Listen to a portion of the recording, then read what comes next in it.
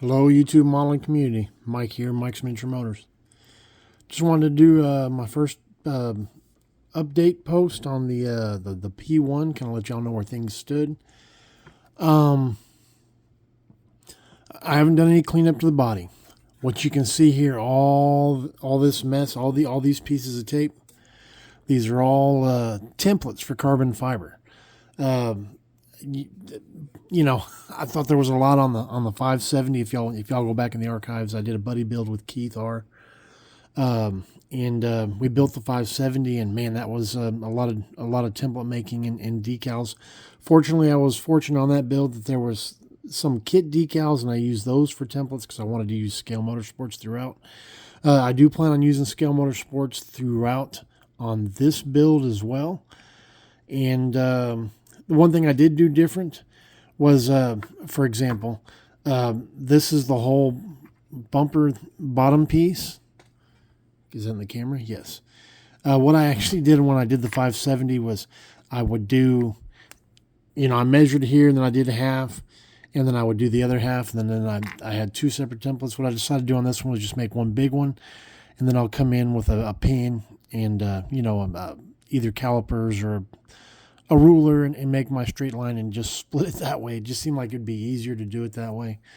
I did do the, on the chassis, on the defeat. If you look on the bottom, the way it meets, and I'll show you pictures of the one-to-one car. Show you what I'm actually looking for here. You can physically see this is all carbon fiber, and I have intentions, of course, doing the whole carbon fiber deal. What I did do on the chassis though is I couldn't tell where it stopped, so I just decided to come over and these big pieces over here, I did split that in half. I'm going to do the whole chassis pan in carbon fiber. Whether that's correct or not, I couldn't tell you, but that's just the way I'm going to do it. I couldn't find any direct chassis pictures, so I'm just going to go ahead and do it. Why not? One thing I am and I'll show you on the one-to-one pictures here.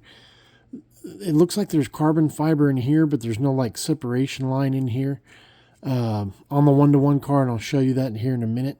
What I'm actually trying to model after, so I've got to figure out what I'm going to do as far as that goes. I'm kind of intimidated about getting paint way down inside there.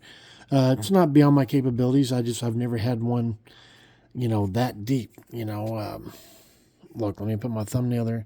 It's what, at least a half an inch, 5/8 deep.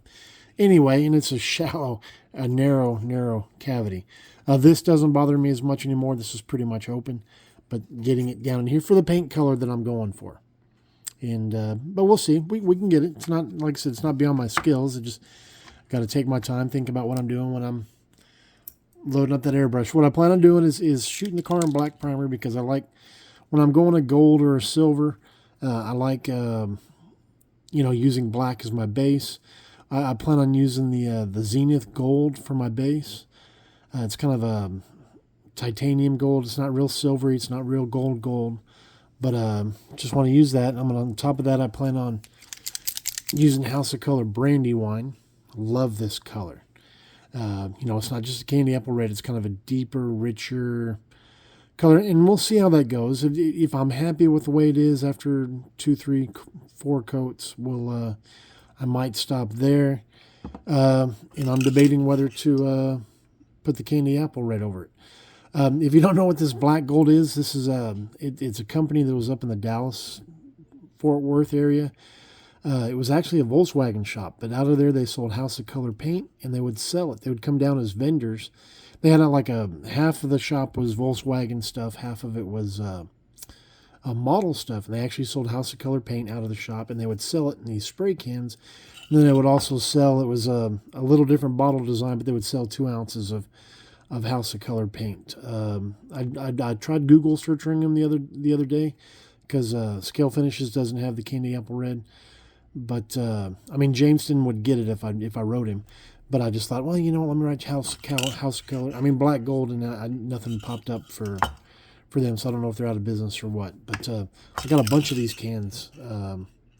So anyway, neither here nor there. So that's kind of the color scheme I'm going for. I'm going to pick you up, and we're going to go to the computer. the light down. All right, guys, let me hold it up there. This is kind of what I'm looking for. I'd like it to be a little deeper, a little richer red. You know, there's a better picture of it. Right here, here's a great picture. You know, people talk about using 1/20th scale carbon fiber on the outside of the body and 1/24th on the inside. You can definitely see the difference on that. Here's the rear diffuser area. Let me try to find you a better picture of what I'm talking about. Okay, here's that molding I was telling you about. Can y'all see the arrow moving up there? Like I said, there's no definitive line on the model, so I don't know how far, if it comes down this way, if it fills this cavity. That's kind of my guess. That's what I'm guesstimating. But again, I can't find any pictures looking down on the car. And you see all the templates I've made. The interior has a bunch of carbon fiber as well. The dash, center console, the door sills, steering wheel. I got a lot of it ahead of me, guys. Like the headrest area, the top. Here's this picture again, this view. And let me get to I've got an orange one in here that I've thought about. I like this because I kind of like the body color nose. But you lose, I kind of like the body color side. And I may go this route. Some of the later cars were done this way. McLaren, when they first built these cars, all of the carbon fiber was flat because they were trying to save weight. I am going to go with tan finish. They're trying to save weight by not clearing over it or shellacking over it. I forget exactly what the process is. If you watch Top Gear, they talk about it when they first review the car. And like I said, I'm going to try to go for that tan interior. And like I said, and then here's another one that I've got. And then I've got a blue one in my reference photos as well. So anyway, guys, that's kind of where everything stands. That's where I've got my start. I've got most of my body panels figured out template-wise. So I'll start prepping the body soon. Again, if anybody's thinking about getting an Alpha model, go to Upscale Hobbies. I'm going to leave a link in the description. They're the only U.S. distributor of Alpha model kits. They've been amazing to work with. I've bought multiple kits over the years from them, and you'll save on shipping. You don't have to pay shipping from China if you order straight from Upscale Models. So again, like I said, go down. I'll put a link to their site in the description. They have everything else that you can imagine for models too. They've from kits to tons and tons of detail stuff. So anyway, guys, that's about it. Thursday's Thanksgiving. Everybody have an amazing Thanksgiving. Safe travels if you're going anywhere. Hope you get to see all your family, friends, this, that, and the other. So I won't be doing anything on Thursday because I'll be visiting family. So everybody take care. God bless. And we'll see you next week. All right. Mike out. Bye-bye.